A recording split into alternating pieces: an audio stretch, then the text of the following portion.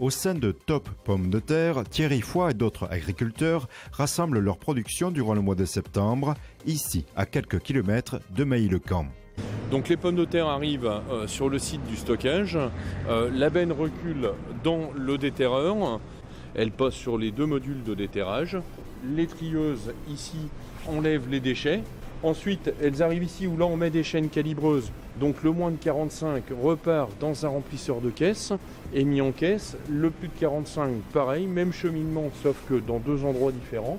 Ensuite, les caisses sont mises au frigo. Des frigos d'une taille peu commune. Vous avez 1620 tonnes dans cette case-là. Donc les pommes de terre, une fois mises en caisse à la sortie donc, du déterreur, tel qu'on l'a vu tout à l'heure, on les range par colonne à l'intérieur du frigo. Elles sont descendues en température jusqu'à 4,5 degrés avant la période de commercialisation.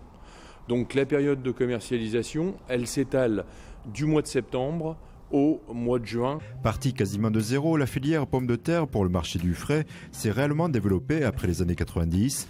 Une réussite aux yeux de Thierry Foy.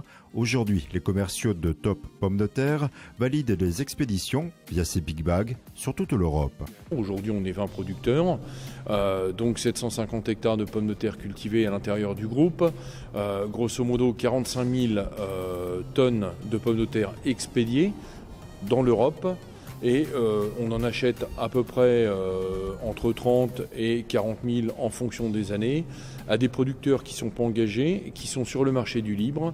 Et donc c'est ce qu'on appelle l'activité de négoce. Au global, on commercialise entre 80 et 90 000 tonnes sur l'Europe entière. L'Espagne, le Portugal, l'Italie, l'Angleterre, l'Allemagne et les pays de l'Est.